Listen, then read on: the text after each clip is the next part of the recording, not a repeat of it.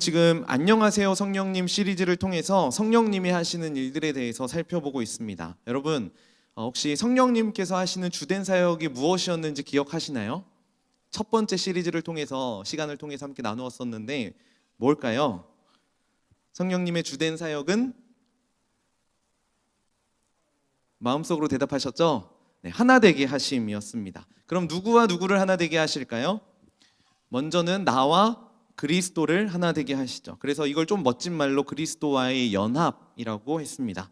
그리고 그렇게 그리스도와 연합된 사람들이 이렇게 모여서 또 다시 연합되게 하심이 성령 하나님의 하나 되게 하심의 사역이라고 나누었었죠. 그러면서 우리를 그리스도와 연합된 그리스도인으로 부르시고 우리를 구원하시는 하나님의 구원의 사역을 하나하나 살펴보고 있습니다. 먼저 성령님께서는 우리를 효력 있는 부르심으로 부르셨다라고 나누었죠. 성령님께서 하나 되게 우리를 부르셨기 때문에 우리의 힘이 아니라 오직 성령님의 힘으로 가장 효력 있는 부르심으로 우리를 불러주셨다라고 나누었습니다. 그리고 그렇게 부름받은 우리들은 거듭난 자들이라고 함께 나누었습니다. 특별히 니고데모의 질문을 통해서 하늘로부터 완전히 새롭게 다시 태어난 거듭난 자의 정체성을 가지고 살아야 한다라고 나누었죠. 그래서 우리를 효력 있게 부르신 것과 이 거듭난 것은 우리가 어떻게 할 수 없는 성령 하나님의 100% 전적으로 하실 수 있는 사역이라고 나누었습니다. 그런데 그 이후에 우리가 해야 할 일도 있다라고 나누었죠. 그 첫 번째가 지지난주에 나누었었던 회개였습니다. 회개는 방향을 돌이켜서 하나님께로 나아가는 것을 가리키겠죠. 그래서 삭개오의 이야기를 통해서 성령님께서는 우리의 이름을 아시고 우리를 죄악 가운데 머물러 있는 우리를 다시 돌이킬 수 있도록 불러주신다라고 나누었습니다. 그래서 이전에 죄악된 삶을 멀리하고 우리와 함께 거하고 계신 성령님을 향해서 달려가야 한다라고 나누었죠. 그리고 지난주 말씀을 통해서는 믿음에 대해서도 살펴보았습니다. 보이지 않아도 한 걸음 한 걸음 내디디면서 최종 목적지까지 나아가는 게 믿음이다라고 했었죠. 무엇보다 성령님께서 우리의 믿음의 경주 가운데 함께 하셔서 우리가 그 경주를 끝까지 완주할 수 있도록 우리를 도와주시는 분이라고 함께 나누었습니다. 이것들이 우리가 구원을 이루어가는 과정이고 성령님이 우리를 위해서 하시는 일이라고 나누었습니다. 그런데 처음에 이러한 구원의 서정에 대해서 나눌 때 말했었던 것처럼 이러한 것들이 정말 순서는 아니라는 거죠. 논리적으로 이해하고 정리할 수 있는 순서는 되지만 정말 시간적인 순서는 아니라고 했습니다. 자, 그렇다면 부르심, 거듭남, 회개, 믿음 나누었는데 그 다음은 뭘까요? 힌트를 드립니다. 이 말씀입니다. 그러므로 사람이 의롭다 하심을 얻는 것은 율법의 행위에 있지 않고 믿음으로 되는 줄 우리가 인정하노라. 지난주 믿음이었잖아요. 그 다음은 뭘까요? 어떻게 그거 알아요? 의롭게 된다라고 이야기하지 않고 칭의라고 이야기했어요. 바로 칭의입니다. 칭의. 근데 우리가 의롭다 하심을 얻는 것, 칭의를 얻는 것 무엇으로 얻는다라고 이야기합니까? 믿음이죠. 믿음이 필요한 겁니다. 한번 생각해 보세요. 믿고 나서 의롭다 여겨질 때 필요한 시간은 얼마나 될까요? 얼마나 걸릴까요? 예를 들어서 믿으면 1초 뒤에 의롭게 여겨진다. 아니면 믿고 나서 한 1년 정도 신앙생활은 해야 우리는 의롭게 여겨질 수 있다. 이런 개념일까요? 이렇게 시간적으로 접근하면 안 되는 문제라는 거예요. 사실 믿으면 그냥 그 순간 바로 의인으로 여겨지는 거죠. 이거는 시간의 차이는 없는데 논리적으로 우리가 이야기했을 때 믿음이 있어야 우리를 의롭게 여겨주시는 하나님의 칭의가 있을 수 있다라는 겁니다. 로마서 말씀에도 보면 의롭다 하심을 얻는 것이 믿음으로 된다라고 이야기를 하잖아요. 논리적인 순서를 따라서 믿음이 전제되어야 우리는 의롭게 여겨질 수 있는 것이죠. 그런데 중요한 건 어떠한 믿음이냐라는 거죠. 우리 지난주 말씀을 통해서 살펴보았듯이 흔들리지 않는 굳건한 믿음의 대상이 우리에게 필요하고 그 믿음의 대상에 대한 신뢰가 높아야 우리는 그 믿음을 가리켜서 바른 믿음이다라고 이야기할 수 있고 그 바른 믿음을 통해서 의롭게 여겨질 수 있는 겁니다. 그래서 우리는요, 예수 그리스도라는 가장 신뢰성 높은 믿음의 대상이 있기 때문에 우리는 그분을 믿잖아요. 그렇기 때문에 그 믿음으로 인하여 의인으로 여겨진 그리스도인들이라고 이야기할 수 있는 겁니다. 오늘은 이렇게 의롭게 칭함을 받은 우리의 신분에 대해서 한번 생각을 해보려고 합니다. 먼저 우리가 좀 고민해 볼 게 있는데요. 우리를 의롭게 여겨주신다, 칭의하신다라는 이 말 안에는요, 우리는 원래 의롭지 않다라는 말이 전제되어 있습니다. 만약에 우리가 의로운 자였다라면은 의롭게 여겨주시는 것 자체가 필요 없겠죠, 그죠? 그런데 우리를 의롭게 여겨준다라는 것 그 말 자체 안에 우리는 이미 의롭지 않은 죄인이라는 그 말이 전제되어 있다라는 거예요. 그리고 또 한 가지 전제되어 있는 것은요, 우리를 의롭게 여겨주신다라는 말 안에 우리는 여전히 완전한 의인은 아니다라는 말도 함께 담겨져 있습니다. 여전히 우리는 죄인이고 죄의 습성이 남아있는데 의롭게 여겨지는 거잖아요. 의롭게 칭해 주시는 거잖아요. 그러니까 아직은 완전한 의인은 아니다라는 말도 함께 담겨져 있는 거죠. 그래서요, 이러한 차원에서 칭의 안에는요, 하나님의 공의와 하나님의 자비가 함께 담겨져 있다라고 할 수 있을 거예요. 하나님은 공의의 하나님이시기 때문에 죄인인 우리를 그대로 내버려 두실 수가 없으시죠. 우리를 반드시 심판하셔야 분이시라는 겁니다. 그런데 동시에 하나님은 진노 중에라도 긍휼을 잊지 않으시는 분이라고 성경은 우리에게 알려주고 있습니다. 그래서 하나님은 우리를 의롭다고 여겨주시기 위해서 이 두 가지의 조건이 모두 만족되는 방법을 찾으셔야만 했던 거예요. 그리고 그 방법이 바로 하나님 스스로가 심판을 받는 것이었습니다. 공의의 하나님이 심판을 하셔야 하는데, 그 죄인들을 향해서 심판을 하셔야 되는데, 하나님은 사랑이셔서 그 심판을 우리에게 내리실 수는 없겠고, 그래서 그 심판을 자기 스스로 받으시면서 그 조건을 충족하셨다라는 거죠. 한번 이렇게 이야기를 해볼게요. 예를 들어서 저희 집에 침입한 강도들이 있어요. 근데 그 강도는 일란성 새쌍둥이입니다. 일란성 새쌍둥이. 쌍둥이의 첫째는 제가 잡아서 경찰에 넘겼어요. 사실 이게 경찰에 체포되어서 법의 심판을 받는 건 당연한 거잖아요. 그래서 이제 경찰에 넘겨서 적합한 그 법의 심판을 받도록 넘겨주었던 거죠. 그리고 쌍둥이의 둘째에게는 한 가지 약속을 합니다. 우리 집 마당에서, 마당이 있었으면 좋겠는데 얘니까 우리 집 마당에서 40시간 노동을 하면 풀어주겠다라고 약속을 해요. 그리고 셋째 쌍둥이 셋째에게는 그냥 즉시 풀어줍니다. 그렇다면 여러분, 첫째, 둘째, 셋째 중에서 누가 은혜를 받은 자일까요?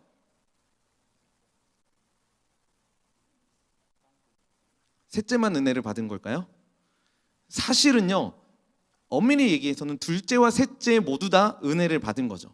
원래는 경찰에 넘겨지는 게 적절한 공의와 정의로 심판을 받는 거잖아요. 그런데 둘째에게도 어느 정도 용서를 받을 수 있는, 그 벌로부터 면제받을 수 있는 통로를 제공했으니까 사실은 둘째까지도 은혜를 받은 거죠. 그렇다고 이 경찰에 넘겨진 첫째를 향해서 야, 너는 불합리한 일을 당했구나, 이렇게 이야기할 수는 없는 거죠. 왜냐하면 그 첫째는 당연히 죄인이니까요. 그저 둘째와 셋째가 받지 않아도 되는 용서를 받은 거라는 겁니다. 그런데 쌍둥이의 둘째가 받은 용서는 노력이 필요한 용서라고 할 수 있겠죠. 바로 이게 카톨릭에서 이야기하는 은혜라는 겁니다. 그래서 죄에 대한 값을 자기의 노력으로 감당해야만 용서를 받을 수 있게 되는 거죠. 그러니까 그 공로를 완성해야지만 그 의롭게 여겨질 수 있다라는 겁니다. 그래서 이 루터가 종교개혁을 일으키기 전에 굉장히 고통스러워했었죠. 이 루터는요, 하나님의 의가 너무나 무서워서 하나님으로부터 벌 받을까 봐, 자기가 죄인인데 하나님으로부터 벌을 받을까 봐 고행을 했습니다. 찬 바닥에서 일부러 자기도 하고 무릎으로 바티칸 성당을 올라가기도 했었죠.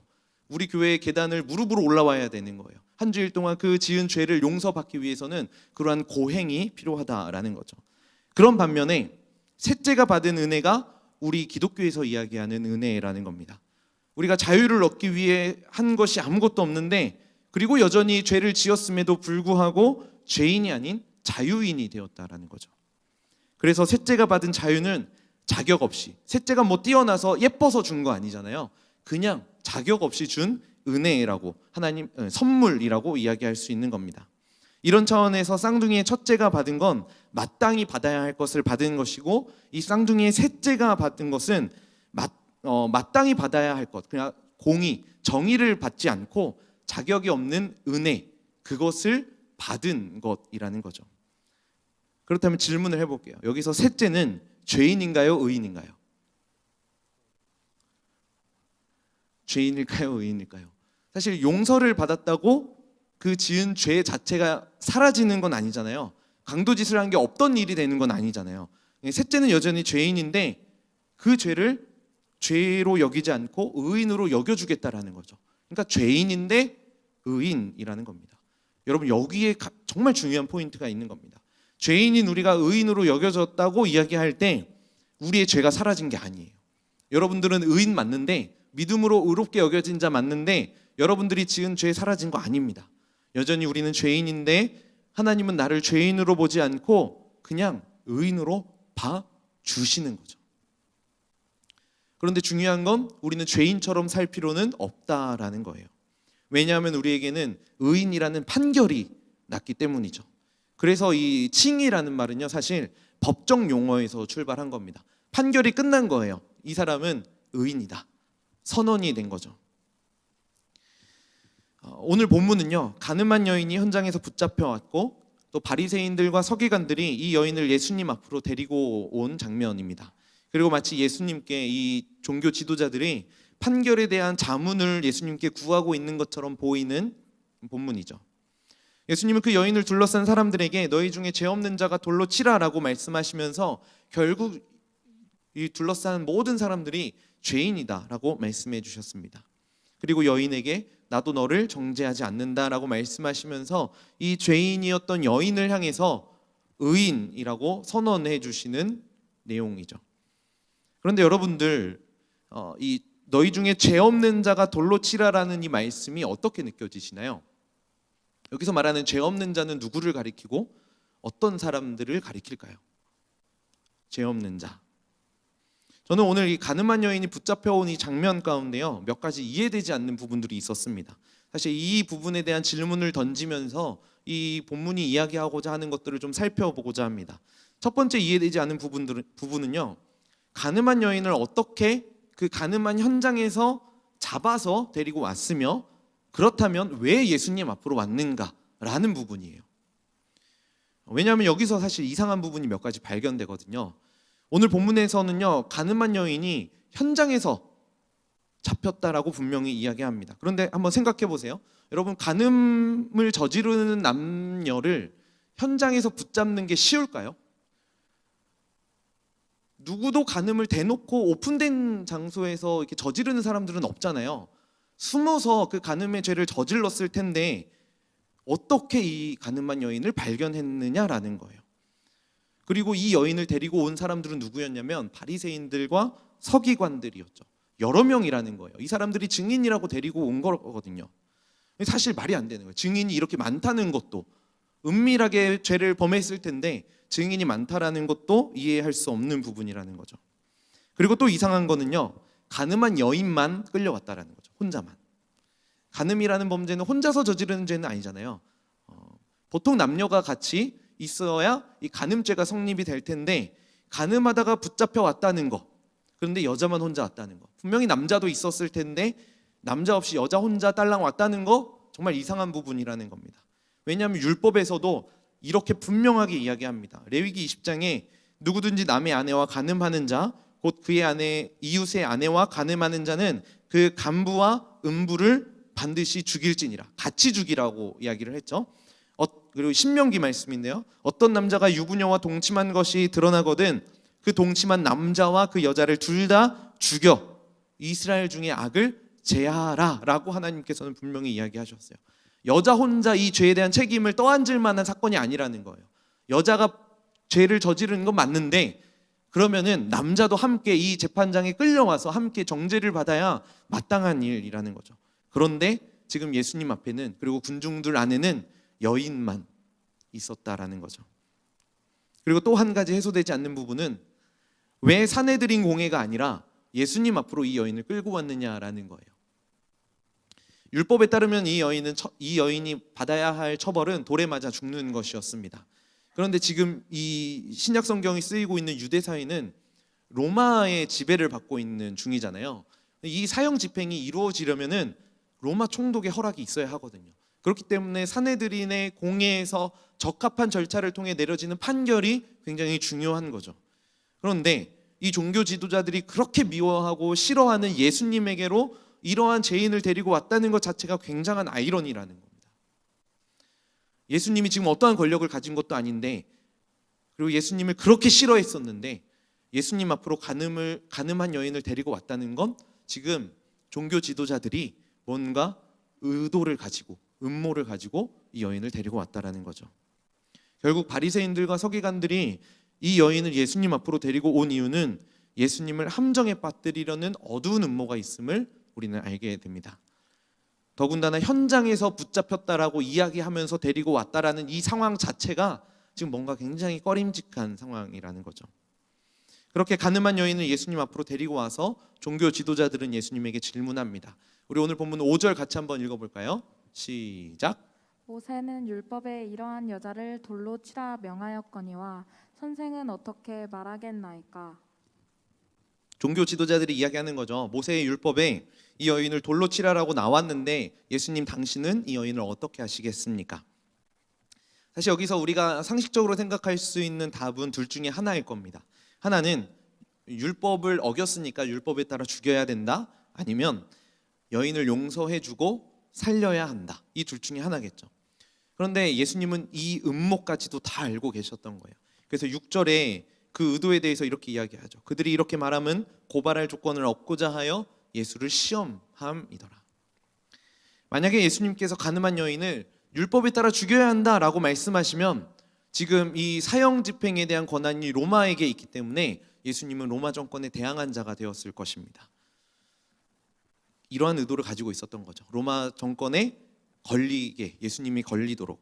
반대로 예수님이 그래도 우리 사랑의 마음으로 이 여인을 살려줘야 한다라고 말씀하셨다면 예수님은 율법을 어긴 사람이 되는 거죠. 결국 바리새인들, 서기관들이 예수님 앞으로 이 가늠한 여인을 데리고 온 것은 예수님을 함정에 빠뜨리려는 음흉한 음모가 있었고 예수님은 그것조차도 다 알고 계셨다라는 거죠. 그래서 예수님의 대답은 이것이었습니다. 우리 7절 한번 같이 읽어볼까요? 그들이 묻기를 마지 아니하는지라. 이에 일어나 이르시되 너희 중에 죄 없는 자가 먼저 돌로 치라 하시고. 예수님의 대답은 너희 중에 죄 없는 자가 돌로 치라라는 것이었습니다. 여인을 둘러싼 사람 중에서 그 누구도 무죄한 자가 없음을 예수님은 알고 계셨고 죄가 없는 사람이 이 여인을 향해서 정죄하라라고 말씀하셨던 거죠. 그런데 사실 저는 여기서 또 한 가지 이해되지 않는 부분을 발견합니다.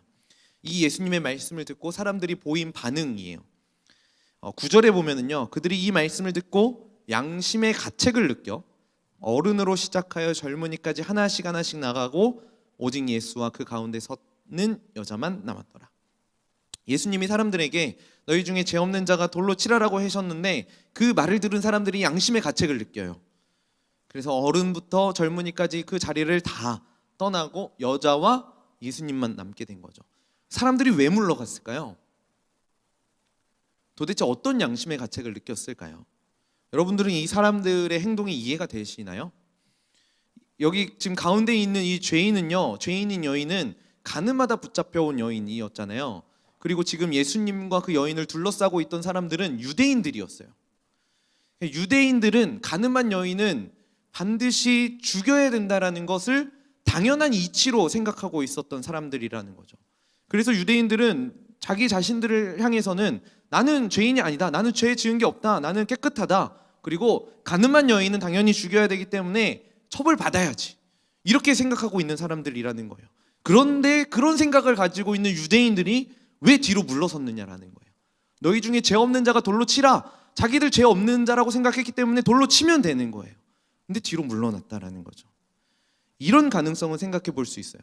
너희 중에 죄 없는 자가 돌로 치라라는 이 말을 듣고 이 유대인들이 전부 다 간음을 저질렀던 죄인들이었었던 거예요. 그래서 자기들이 지었던 그 간음죄가 떠올라서 나도 저런 죄를 저질렀는데 내게 저 여인을 심판할 권리가 없겠구나 라는 생각으로 물러날 가능성은 있겠죠. 그런데 거의 없을 겁니다.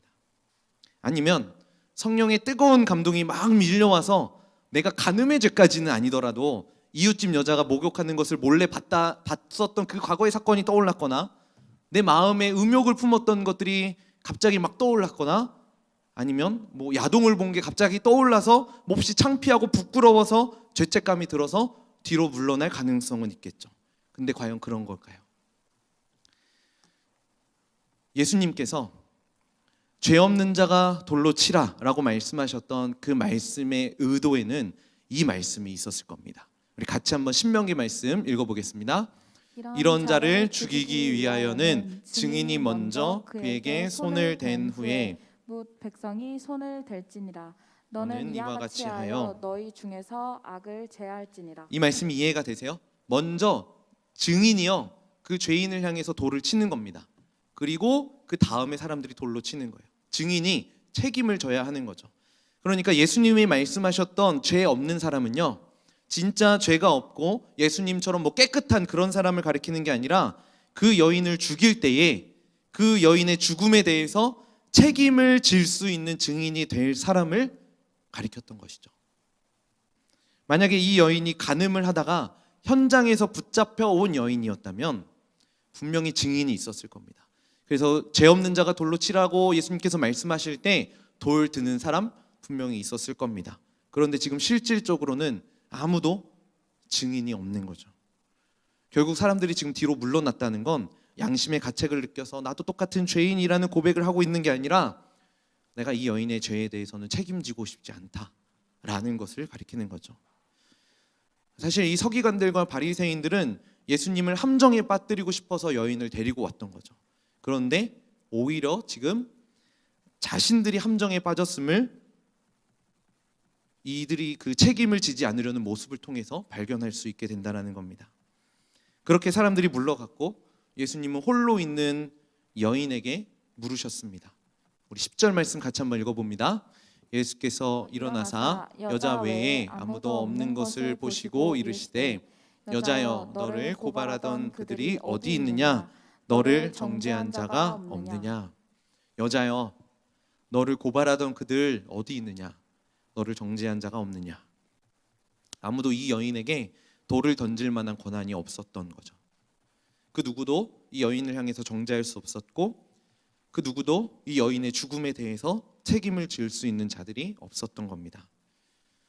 한번 생각해 보세요. 하나님께서 율법에서 가늠한 여인을 죽이라고 가늠한 자들은 다 죽이라라고 말씀하셨던 이유는 무엇이었을까요? 결국 이러한 법을 제정하신 목적 자체는 가정을 지키고 그 가정을 지킴으로써 이스라엘 공동체를 지키기 위함이었을 겁니다. 간음은 그렇게 공동체를 무너뜨리게 만드는 죄니까요. 그런데 유대인들은 이 율법이 제정된 그 원래의 목적, 공동체를 보호하기 위함이 아니라 다른 사람들을 정죄하고 다른 사람들을 판단하고 다른 사람들을 내 뜻대로 깎아내리기 위해서 율법을 지키고 준수하고 있었다는 겁니다. 결국 다른 사람을 함정에 빠뜨리려고 했었는데 오히려 자기 스스로가 함정에 빠진 그 결과를 우리는 오늘 이 본문을 통해서 발견하게 되는 겁니다. 그래서 우리 예수님은 이 여인을 향해서 이렇게 선포합니다. 나도 너를 정죄하지 아니하노니 가서 다시는 죄를 범하지 말라. 나도 너를 정죄하지 않겠다라고 말씀하시죠. 유대인들은 여인을 정죄할 수 없어서 정죄하지 못했는데 예수님은 정죄하실 수 있는 분이셨잖아요. 그런데 그 여인을 향해서 정죄하지 않겠다라고 말씀하셨던 거죠. 사실 오늘 본문의 이 말씀의 핵심은 정죄함입니다. 정죄함. 그런 차원에서 오늘 본문의 이 여인이 간음한 여인이 진짜 간음을 저질렀었는지 아니면 그 음모에 빠져서 끌려온 것인지는 중요한 문제가 아닌 거죠. 정말 중요한 건 종교 지도자들이 예수님과 여인을 이미 죄인이라고 정해놓고 찾아왔다라는 겁니다. 그래서 예수님과 여인을 정죄하려는 목적으로 다가왔었다라는 거죠. 그래서 억지스럽게 사건을 만들기도 했고 여자도 덩달아서 예수님과 함께 정죄하고 싶었는데 예수님은 이 모든 상황을 알고 계셨고 이 모든 상황을 바꿔버렸다라는 거죠. 결국 이 본문을 통해서 예수님은 우리를 정죄하기 위해 오신 것이 아니라 죄인인 우리를 용서해 주시고 우리에게 생명을 주러 오신 분임을 보여주고 있다라는 거죠. 여러분, 이게 바로 칭의인 겁니다. 우리를 의롭게 여겨주시는 하나님의 은혜인 거죠. 세상 사람들은 우리를 정죄하기에 바쁩니다. 우리의 잘못을 들춰내기 위해 애를 쓰죠. 야, 너 코로나 걸렸구나.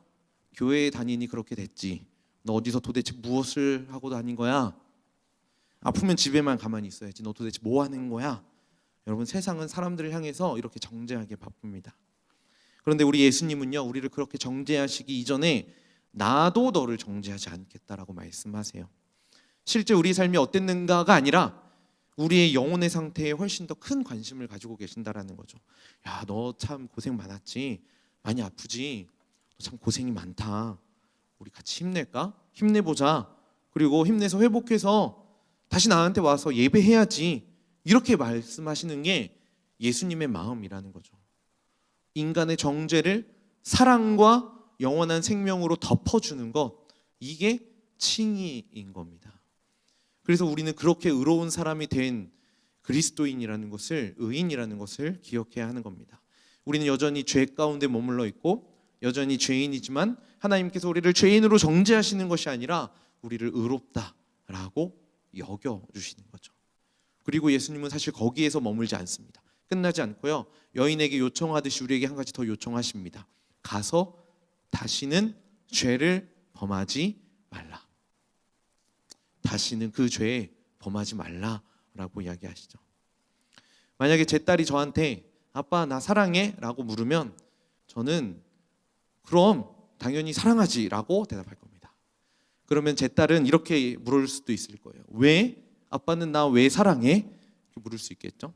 그럼 저는 야, 우리 딸은 공부도 잘하고 엄마 아빠 말도 잘 들으니까 정리도 잘하니까 이렇게 대답은 안 하겠죠. 그죠? 아마 이렇게 대답할 수 있는 부모는 거의 없을 거예요. 그냥 내 딸이니까. 넌 내 딸이니까. 딸인데 무슨 이유가 필요해? 내 딸이니까 사랑해. 이렇게 이야기하겠죠. 물론 그 다음에 공부도 좀 하고 뭐 이런 이야기는 할 수는 있겠죠. 그런데 아빠가 딸을 사랑하는데 무슨 이유가 필요하겠어요? 존재 자체가 사랑이라는 거죠. 이런 뭐 공부 잘하고 뭐 이런 것들은 사랑의 조건이 될 수는 없다라는 겁니다. 이런 차원에서 지금 예수님에게 여인에게 하시는 너 가서 다시는 죄를 범하지 마, 이것은요 뭐 어떤 율법적인 조건을 제시해서 이거 지켜야지만 난 널 사랑하겠다 이걸 이야기하시는 게 아니라 나는 너를 사랑한다라는 말씀이라는 거예요. 저 사람들 봤지? 저 사람들 지금 눈에 불을 켜고 너의 그 행동 하나하나 살펴가면서 너의 죄를 꼬집으려고 하는 거, 그러니까 저 사람들의 죄를 정죄함을 받지 않으려면은 앞으로는 절대 죄를 지으면 안 돼, 이걸 이야기하시는 게 아니라 너 내 딸이잖아. 내 딸의 정체성으로 가서 살아. 이 말을 예수님은 하고 계신다라는 거죠. 왜냐하면 여기서 지금 다시는 죄를 범하지 말라라는 이 말씀은 의인에게만 가능한 일이거든요. 의인에게만. 의롭게 여겨진 자들에게만 죄를 범하지 말라라는 이 말씀이 적용이 될 수 있는 거예요. 이런 차원에서 의롭게 여겨진 그리스도인의 정체성을 가지고 가서 살아라 라고 예수님이 말씀하셨다라는 겁니다. 제 딸이요 최근에 눈에 다래끼가 났어요. 양쪽 다 이렇게 나가지고 이게 너무 커져서 처음에는 그냥 지켜보려다가 지난주에 안과를 갔는데 이제 그 의사 선생님이 결정을 하시더라고요. 째자. 그래서 쨌습니다. 눈을 째면은 아기들이 이제 움직일 수 있으니까요. 이렇게 몸이 움직이면 안 되니까 몸을 감싸더라고요. 이불 같은 거, 천 같은 걸로 이렇게 감싸요. 그리고 다리를 엄마가 잡고 이 팔과 이 머리를 간호사 선생님들이 잡고 이제 의사 선생님들이 시술을 하는 거죠. 선생님이. 애가요, 딸이 이미 몸이 감싸질 때부터 겁먹어가지고 막 이렇게 뭐 울려고 하는 거예요. 저는 그 자리에 이제 자리가 없어서 들어가지 못하고 이 밖에서 문 닫힌 밖에서 기다리고 있었는데 그 이제 그 째는 순간 그 이제 빵 터지는 그 울음, 그것로 이제 시작이 됐구나라는 것을 이제 알았습니다. 근데 사실 제 딸은 예방 접종 맞을 때도 주사 맞을 때도 잘 안 우는 아이거든요. 근데 밖에서 그 울음 소리를 듣는데 이게 가슴이 확 무너져 내리는 거예요. 야, 얼마나 고통스러울까. 시술을 다 마치고 잘 끝난 다음에 한쪽 눈 이렇게 가리고 엄마 품에 이렇게 안겨서 나오는 아이를 제가 이렇게 받아서 이렇게 안아줬어요. 너무 대견스럽더라고요. 그 과정을 이겨낸 게. 그래서 제가 딸에게 뭐라고 이야기해 줬냐면, 라일아 고생 많았어. 이제 라일이는 이런 것도 해본 경험해본 언니가 된 거야. 이런 건 애기들은 할 수 없는 일이거든. 이렇게 이야기를 해줬어요. 그래서 제가 한번 순간적으로 생각해 봤어요. 내가 내 딸 대신에 시술을, 그 다리끼를 째는 시술을 받으라면 받을 수 있을까? 이거를 좀 생각해 봤는데, 저는 자신이 없더라고요. 저는 사실 솔직히 이야기해서 아빠인데 못 하겠어요. 옆에 가서 안아주고 위로해주고 막 격려해주고 힘내 이런 얘기는 해줄 수 있겠는데, 대신 해라 라면은 저는 사실 잘 못하겠더라고요. 여러분들 한번 얘기 나고 해보세요. 근데 제 아내는 가능하다고 얘기를 하더라고요. 근데 한번 생각해 보세요. 우리 예수님은요, 이 모든 걸 대신해 주신 분이세요.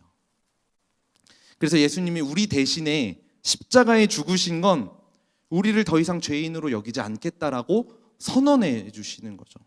그래서 오늘 본문에서 예수님이 여인을 향해서 내가 너를 정죄하지 않겠다라고 말씀하셨던 이유는요, 예수님이 그 돌을 이미 맞으셨기 때문인 겁니다. 예수님이 대신 모든 것을 감당해 주셨던 거죠. 그 십자가의 사랑이 있었기 때문에 우리가 하나님의 자녀인 것이고, 우리가 하나님의 자녀이기 때문에 너 가서 다시는 죄를 짓지 마, 이 말씀을 우리의 삶의 반응을 통해서 우리의 마음으로 그 예수님의 말씀을 수납할 수 있게 되는 거죠.